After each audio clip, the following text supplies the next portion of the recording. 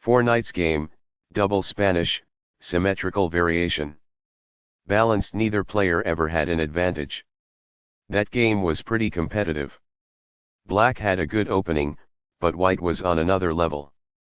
Sharp games are frequently the result of starting with the king's pawn, since it dominates the center and frees up the bishop and queen on the light squares. A typical answer is e5, which builds a position in the middle, controls d4, and frees up the queen and bishop on the dark square. The move nf3 advances the knight toward the center, engages the e5 piece in combat, and sets up a castle. nc6 defends the pawn on e5, advances the knight toward the center, and scans the d4 square.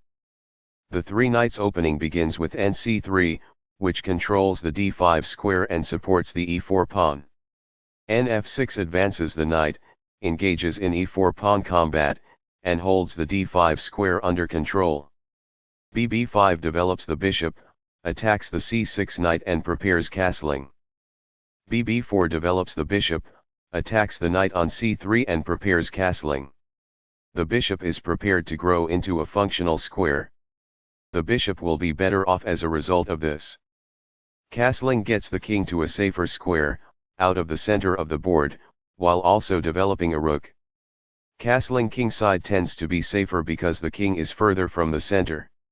Castling develops a rook, while also moving the king to safety.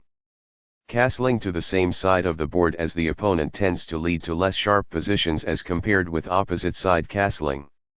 It is the last book move. Perfectly on point. It is ideal. This forces the opponent to double their pawns, which weakens their pawn structure. It is good. Recaptures.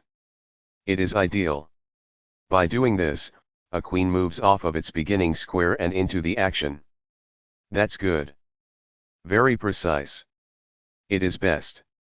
Balanced, neither player ever had an advantage. That game was pretty competitive. Black had a good opening, but white was on another level.